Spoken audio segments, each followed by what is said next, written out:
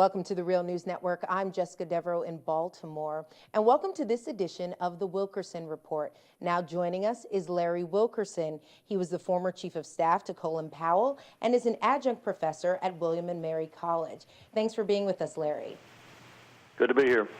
So, Larry, what we'd like to discuss this week is the Iranian government's attempts to thaw relations with the U.S. They've actually sent out Rosh Hashanah greetings to Jews. They've released political prisoners, exchanged letters with President Obama, praised flexibility in negotiations, and transferred responsibility for nuclear negotiations from the conservatives in the military to the foreign ministry. So a lot of people are talking that this could be a real change of Iranian attitude. What do you make of this? Does this represent a real opening for a deal? I think so. I think putting Salehi into the Atomic Energy Organization and putting Zarif into the foreign ministry and giving the foreign ministry responsibility for negotiations are major moves and major signs that Iran is ready to seriously negotiate. I think President Obama has done the proper things. I think the exchange of letters probably, if we knew what those letters said, would cement this new opening, and I hope we go positively from here on. I know there are people arrayed across the spectrum in this country, and certainly there are similar people in Iran who don't want negotiations to succeed. So it'll be a tough route, but I hope it shows some progress, and I hope it ultimately produces a diplomatic solution. And that diplomatic solution, to you, what do you see actually being a concrete deal that you think both sides could agree to? That's been there. It's been there for years, decades even.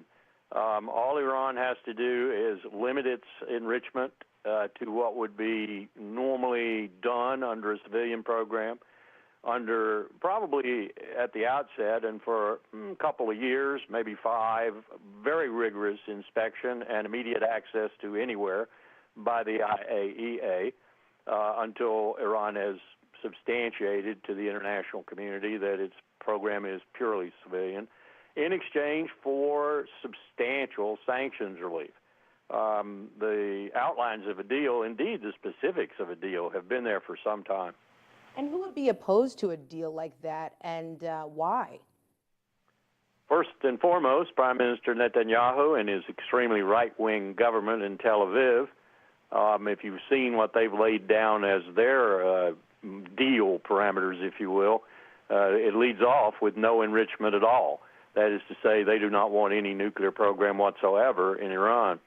And then you come to this country and you find Netanyahu's allies in people like Senator John McCain, Senator Lindsey Graham from my home state, and others who are bordering on being traitors, in my view, because they won't let this president have room to achieve a diplomatic solution. They're all angry now that he didn't bomb Syria, that he, in fact, in conjunction with Putin, came up with a deal that may be extremely challenging to implement, but nonetheless it's kept the bombs from dropping, which is a good thing. And so they're moving on to Iran, with Graham even saying he's going to move for legislation to authorize the use of military force against Iran in the next 4 to 5 months. So these people are bordering on being traitors, and those who would say, well, they're just good Republicans trying to keep up the pressure on Iran so that Iran will negotiate and negotiate in good faith, that's preposterous. We're to the point now where everybody needs to put down his .45 caliber pistol and walk up the negotiating table and begin to negotiate in good faith. And people like Lindsey Graham and John McCain need to sit back, recede into the background, if you will, and shut their mouths. And when you have people like Lindsey Graham and John McCain coming out and really advocating for military strikes against Iran, you can't help but think of Chuck Hagel, currently now our defense secretary.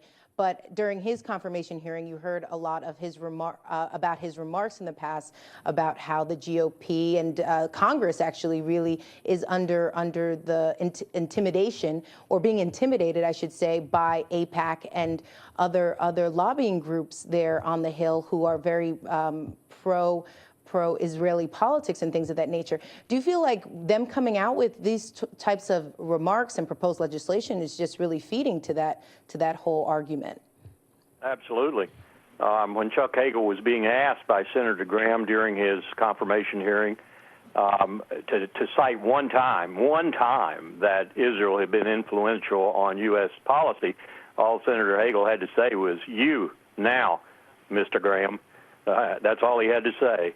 Of course, he could have cited Ronald Reagan's inability to sell F-15s to Saudi Arabia, to give AWACS to Saudi Arabia, and so forth, all of which AIPAC and the Jewish lobby in this country stopped.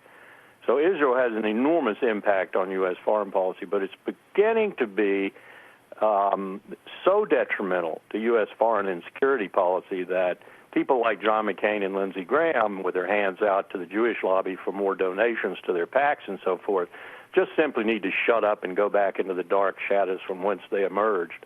Okay, well, we'll certainly be continuing this conversation in our extended version of the Wilkerson Report. So if you're interested in that, viewers, please stay tuned. But thank you so much for joining us, Larry. Thanks for having me. And thank you for joining us on the Real News Network.